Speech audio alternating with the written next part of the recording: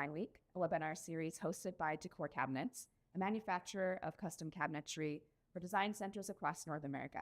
I'm joined today by Bev. We're going to be talking about client expectations and how designers can better communicate and set expectations with their clients. Bev has a lot of sales experience to share with us, so I'm really excited for our conversation today. Bev, what do you think is something our designers do really well in communicating with their clients? Well, I think our designers make beautiful kitchens, and not just kitchens, but whole homes, whether it's laundry rooms, mud rooms, entertainment centers. They do it all, and they deliver beautiful projects, and we see the results where homeowners are happy. So that communication is not just a one-step process. It follows throughout. And I always think a great kitchen designer is also a bit of a marriage counselor.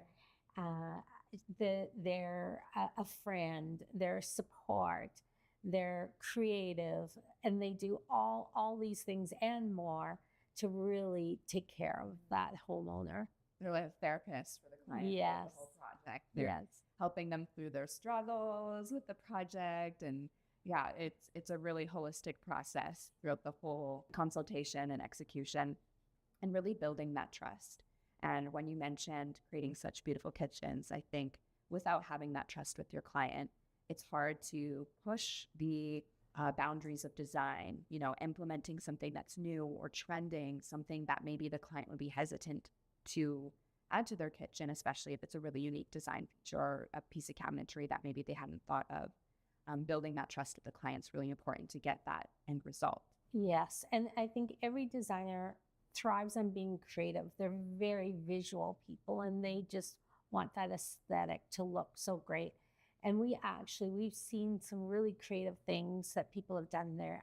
Designer Carrie put gold knobs on the refrigerator panel and throughout the room. And it was just so creative and different. And I don't think a homeowner would have come in and said, I want gold knobs all over my refrigerator panel, but they managed to create that feeling and that warmth and a really stylish kitchen for them. Just thinking about client expectations, how early do we need to start having these conversations? Does it happen right when the client walks in the door? Like what part of this process? I think that it's important to have sort of clear expectations right from the start. There's no point designing a $100,000 kitchen for a client that has a $25,000 budget. And you can do all sorts of different levels in there, but I think it's really clear to start asking those leading questions right from the start to figure out what that client really needs, so that you can tailor to what they're looking for, what they will fit into their budget, and create something that they'll love and be happy with. Mm-hmm. Setting those expectations really helps. At the beginning of the design process, a client will come to the showroom and they've already spent a lot of time thinking about their project. We know that they'll be browsing Pinterest, they'll be looking for inspiration online.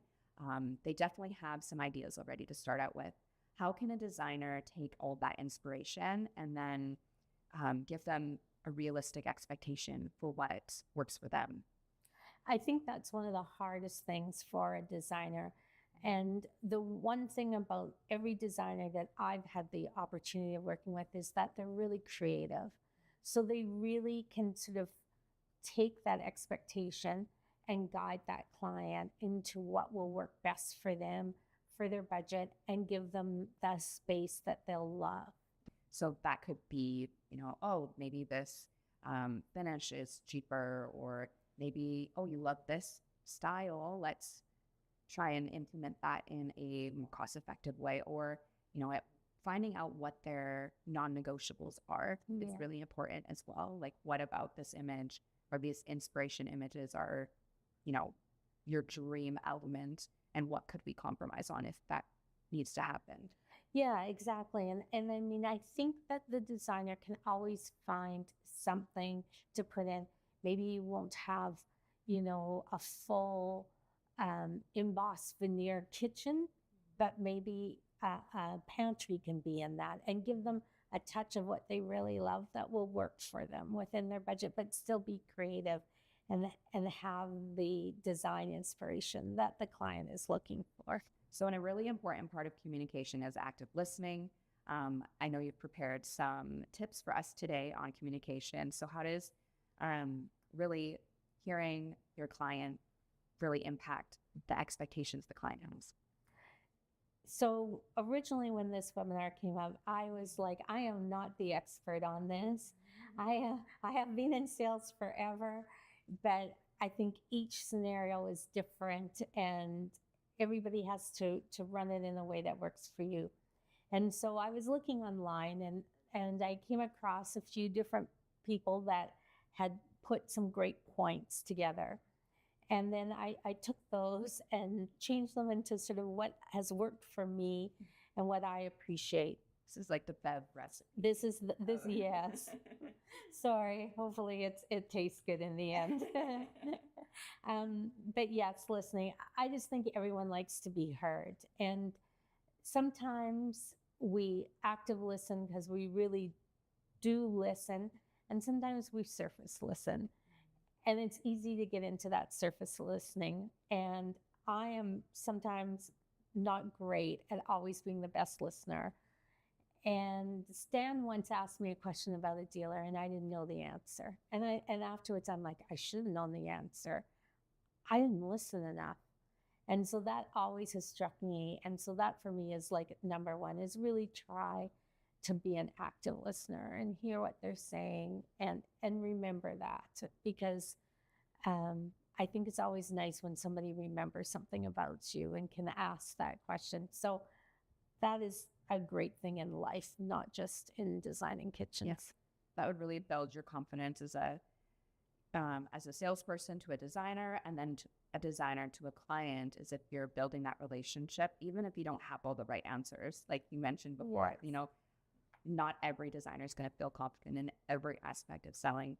But if you really make an effort to listen and hear out your client, I think that goes a long way in building that relationship and the trust that's involved in the sales process.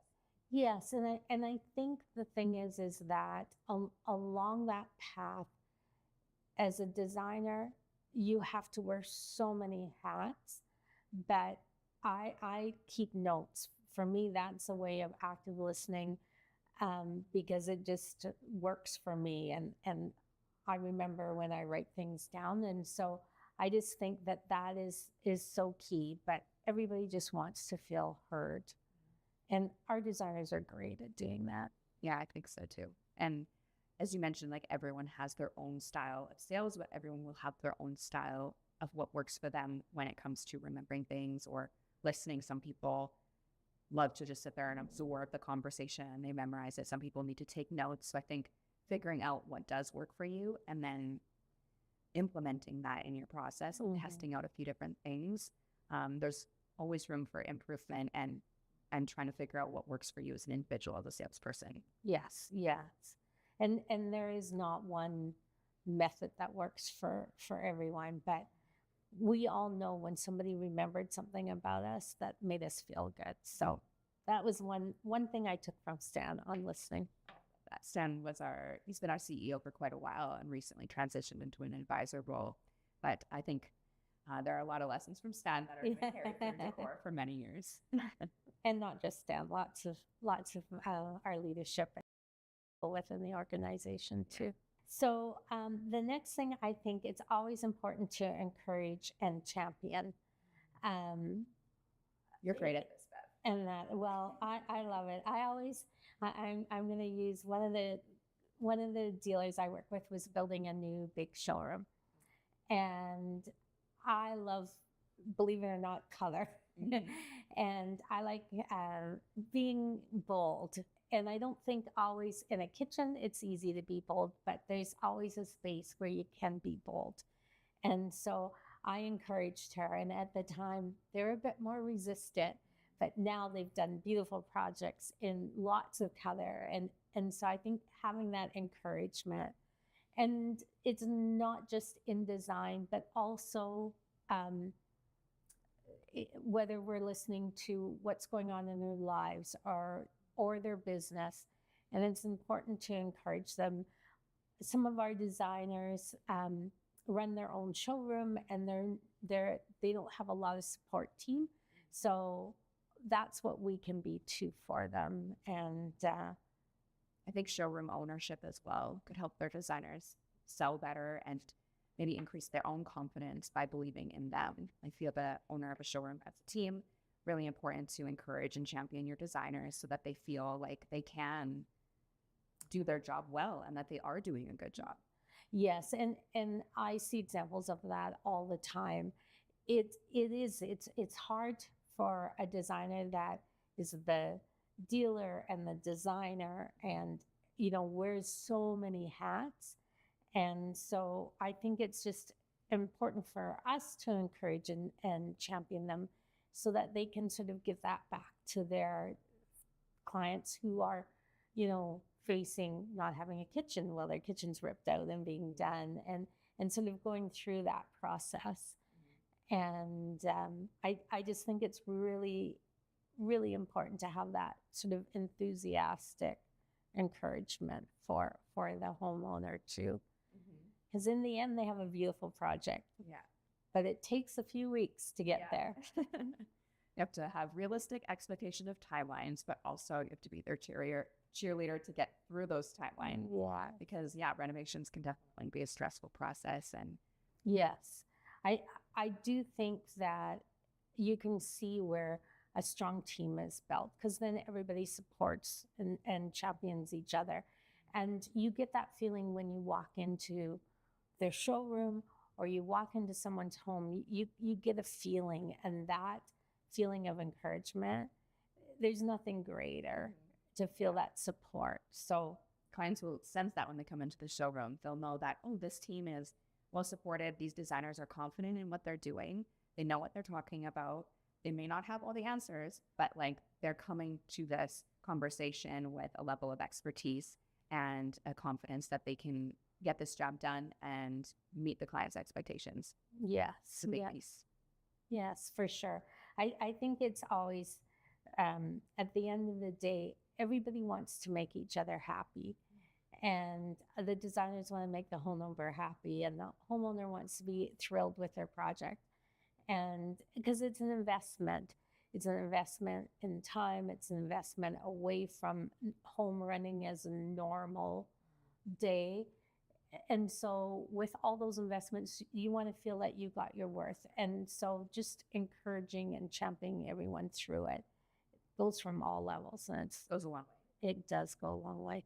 So one of the things that they talked about was practicing empathy.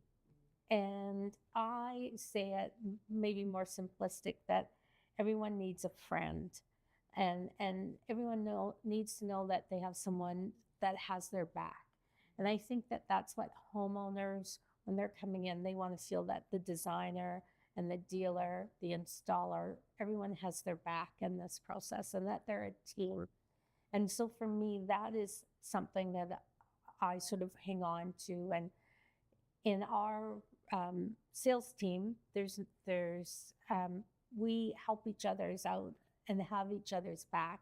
And I think that is just something that is so important. And a homeowner can feel that and know what.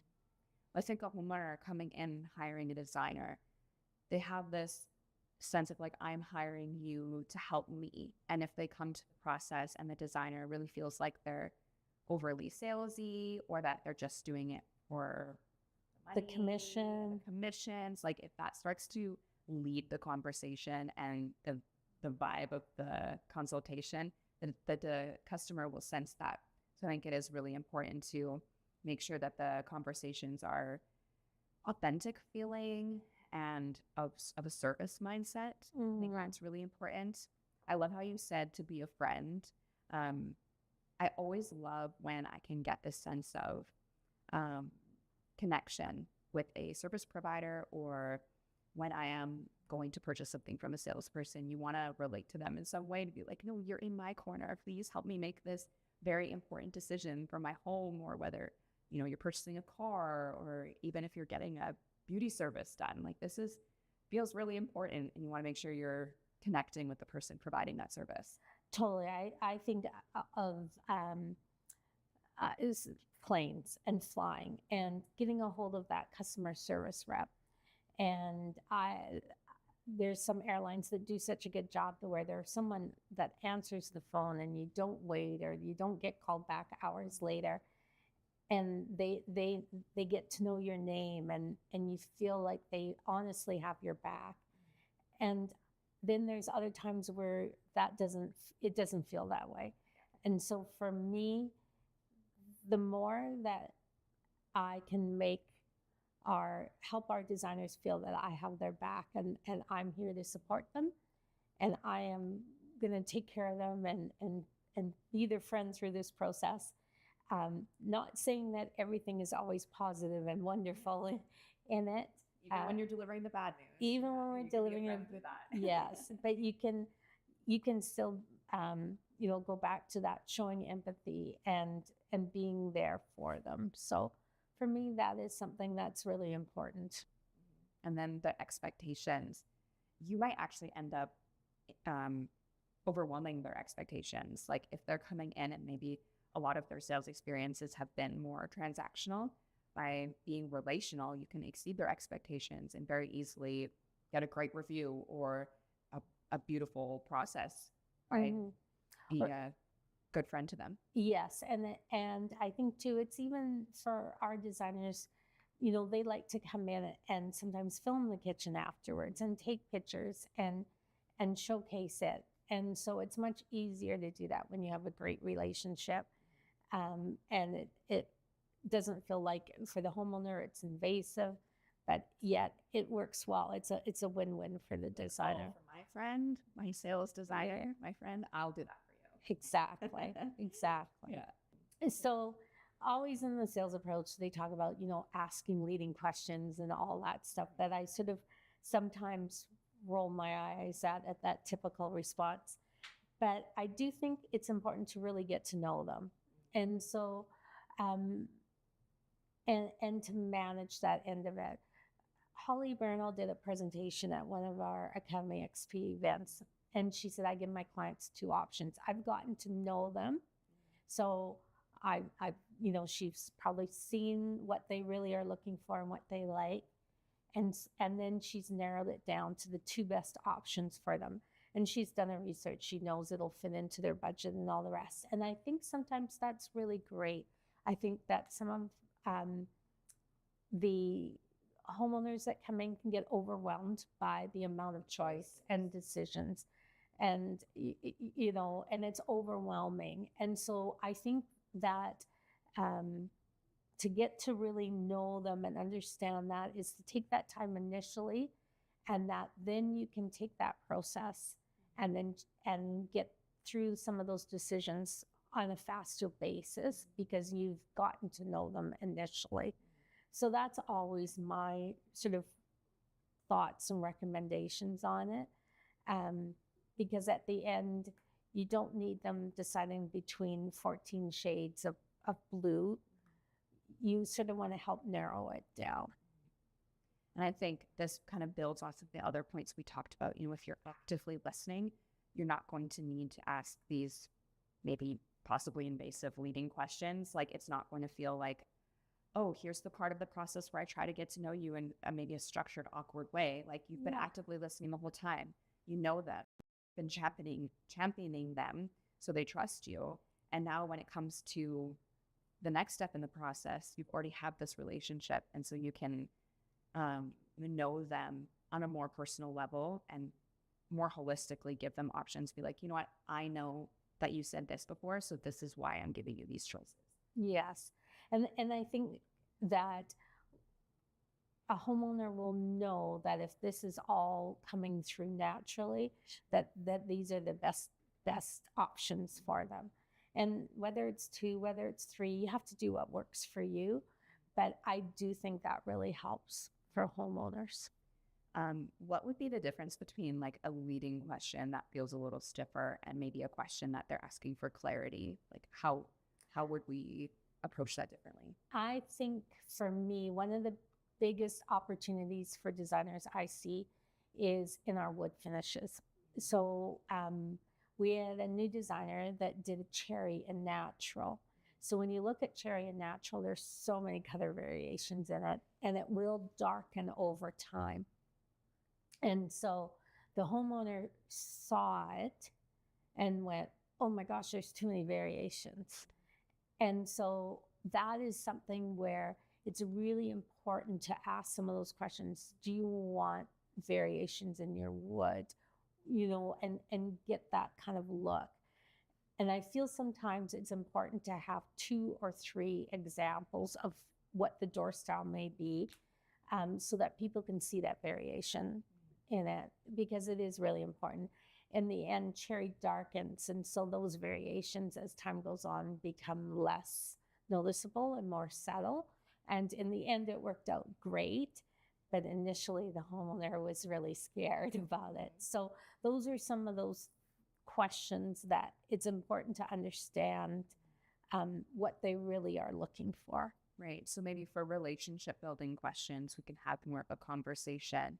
But then when it comes to setting those expectations around products or end results, giving choices, and in that choice, we're going to give examples so that they can very clearly see and understand what you're trying to accomplish, rather than maybe a bit of a colder process of like an initial, what do you call it, when it's like they have to answer like a bunch of different questions, like an intake form. Yes. Like less like an intake and more of a walkthrough.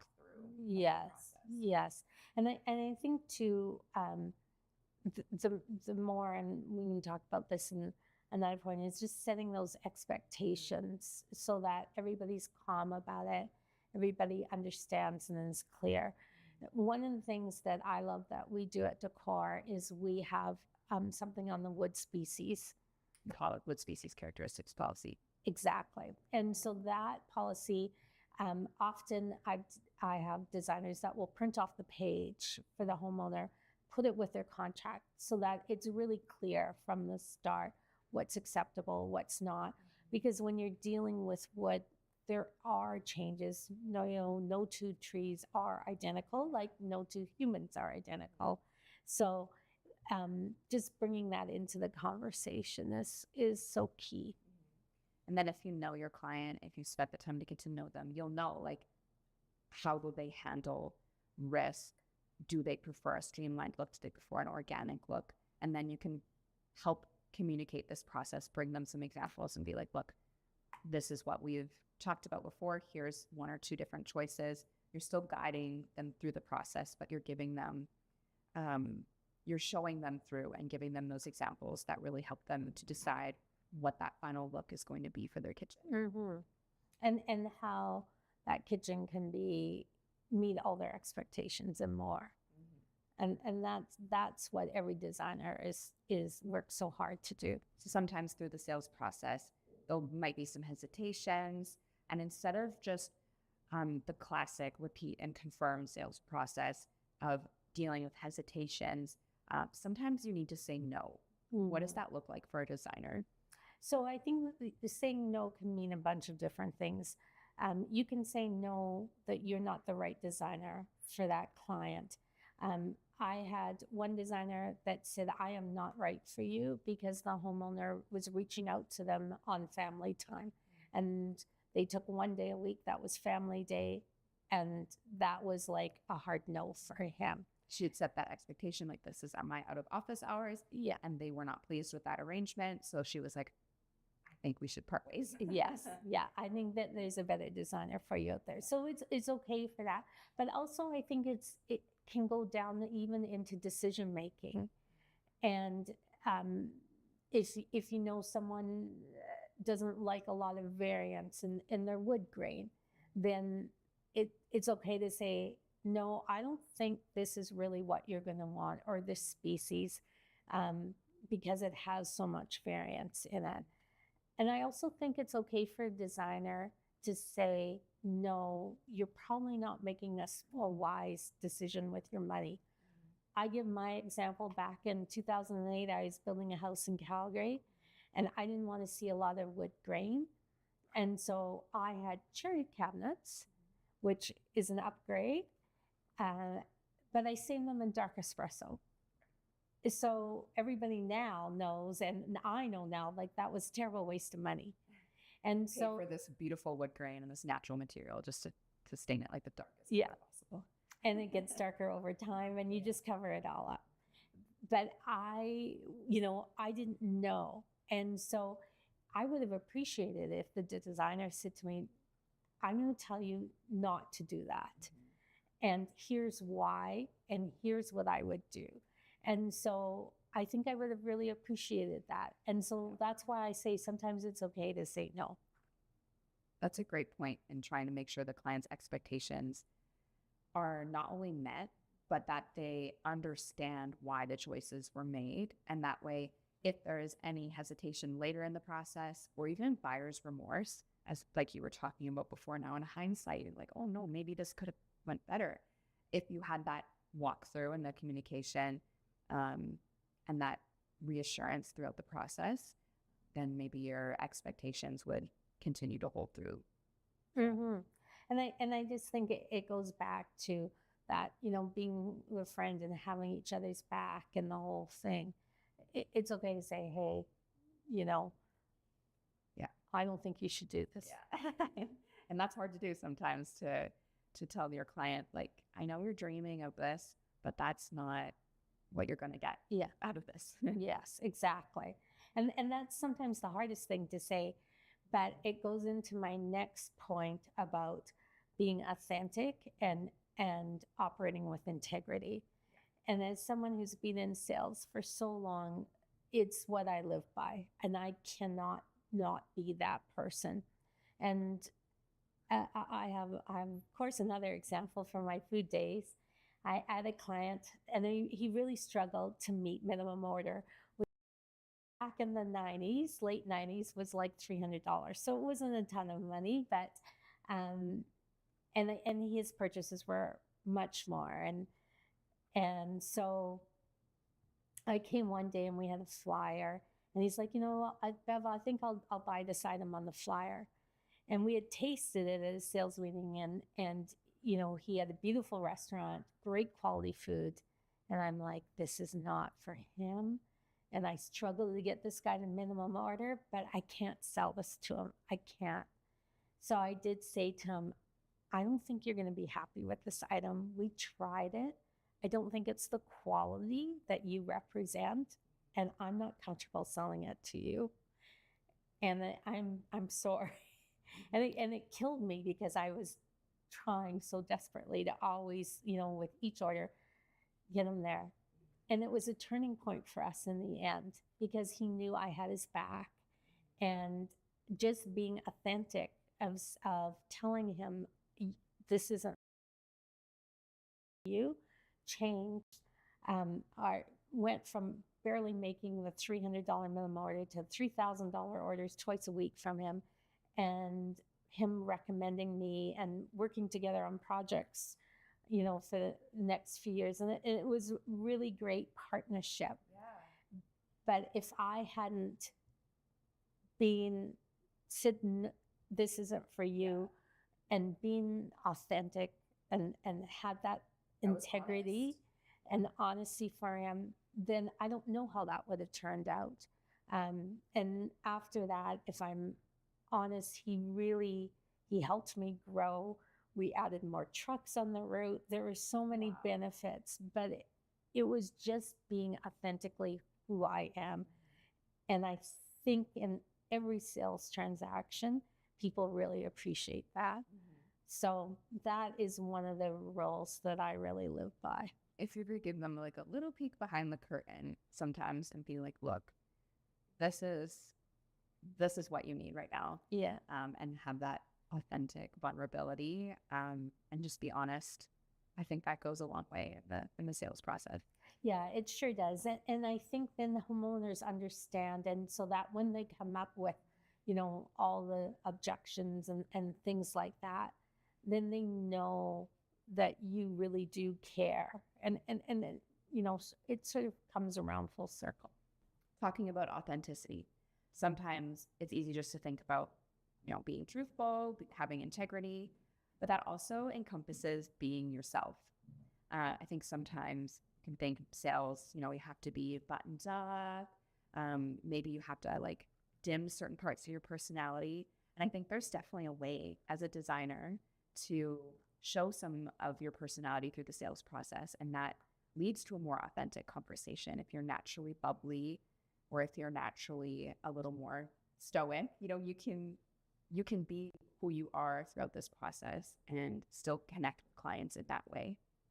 And I think that is so true. Early in my career, there is a book called Take This Job and Love It.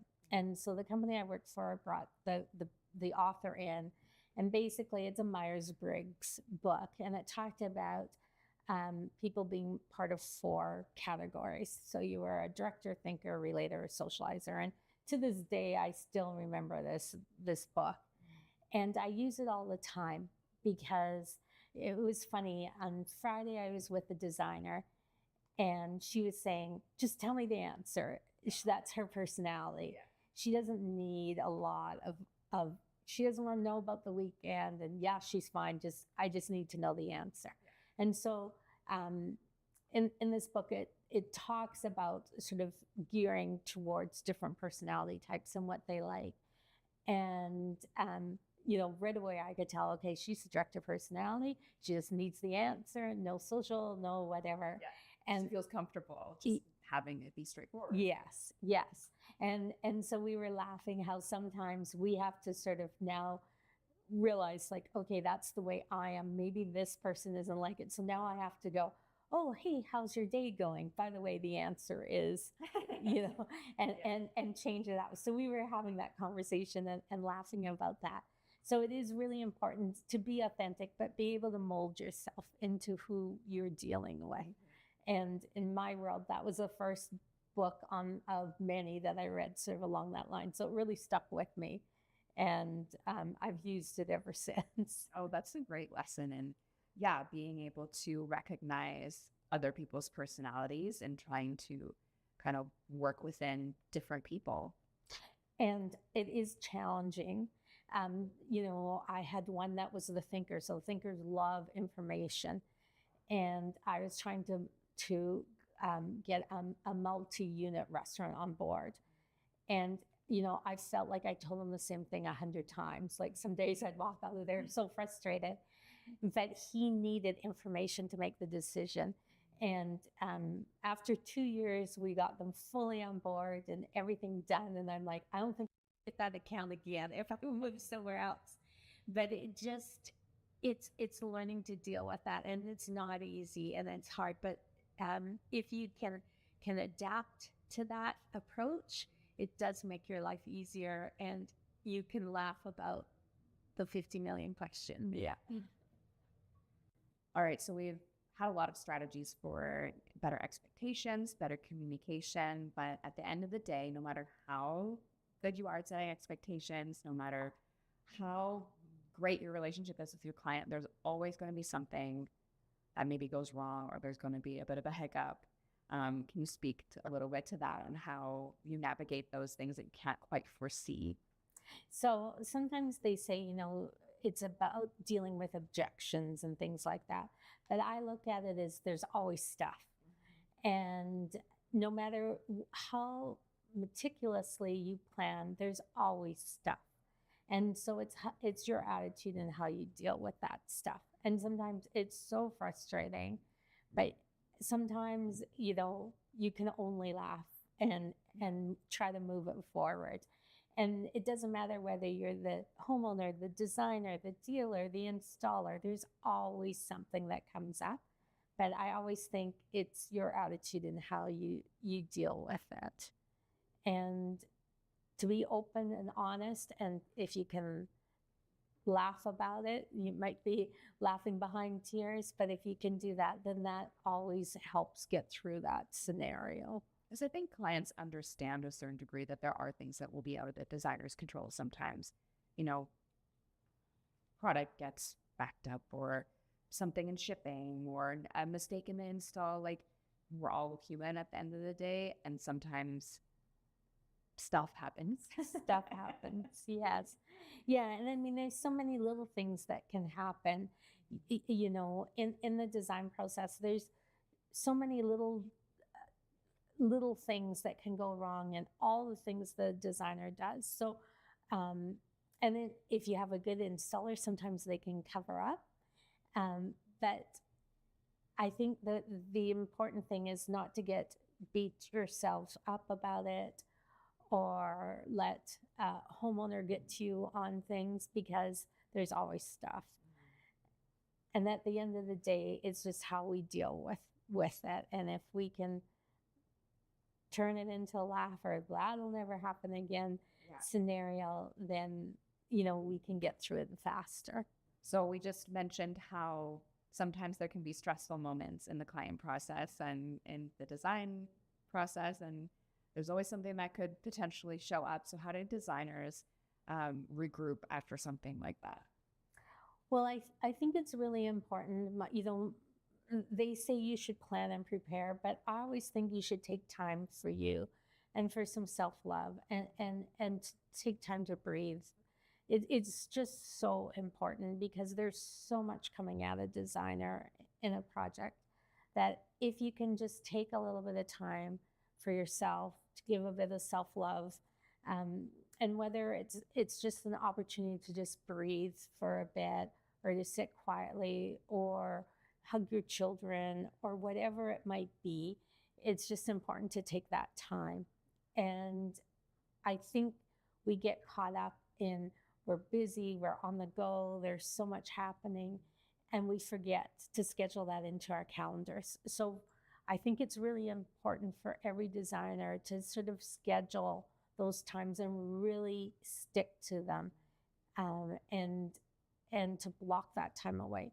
Because if you don't, there's only so much you can give. And I'm at Decor because I came back to Manitoba because my mom had Alzheimer's, and I needed sort of Decor as my outlet from that crazy disease, where I've been fortunate enough to be able to spend time with my mom and enjoy her through this. But I also found I struggled a bit because I didn't take care of myself enough. So now I sort of block time where I can sort of take that time, and whether it's just read a book for an hour or something, it's just key to sort of take the time away. And we all have lives outside of our work, right? And yeah, sometimes those things can feel very heavy, and you still have to power through your job. Sometimes that's just how life is. You have to deal with all these different things going on behind the scenes. And so it is really important, work starts to pile up, personal stuff can pile up too. And just to take that time to regroup, refresh yourself so that you can keep moving forward in a positive way, because it's not easy to, be authentic and build trustful relationships and do all these things that they're so easy to say out loud, to say like, oh, just have a great attitude. It's like, well, when you're dealing with all these things in the background, it can get hard. So taking that time, I think that's a great point to end off this session on. And something I really admire about Decor is just the commitment to being undeniably different, and to constantly have that reminder of like, even when work gets busy, even when, work is work, right? And there's always stuff. So just to have that reminder of the values we hold of giving your best every day. And sometimes you need to take a step back in order to continue to do that and not kind of lose sight of what's important, right? Yes. And I just think at the end of the day, it's just important for people to regroup a little bit, to have that time to get their energy back up. And, socializers get their energy from other people. Introverts get their energy internally. And I think however you get your energy, you just need to take that time to do it. And because sometimes you're friendly or personable, it doesn't mean you get your energy from other people. You could still be an introvert. So it is important to sort of figure that out and get that balance in your life. And I think then people are happier as a designer. And when you're happy at work, it shows. And it just is a full circle moment. Mm-hmm. Yeah, I think you did a great job of connecting all of these points together and yeah, just encouraging in a way that doesn't feel overtly salesy and to manage client expectations from a personal approach, Yes. something that feels a little more authentic. So thank you for joining us today and sharing all of those tips that you brought from all of your years of sales experience. Thanks, Sam. We hope you enjoyed this webinar as part of the Kitchen Design Week series. And if you did enjoy it, don't forget to check out the rest of the webinars this week. We have topics on marketing and sales and finance, something that I'm sure you'll be able to take and implement in your own design business or at your showroom. And if you are interested in more, the Decor Academy is a great next step. Thanks for joining us, and we'll see you in the next video.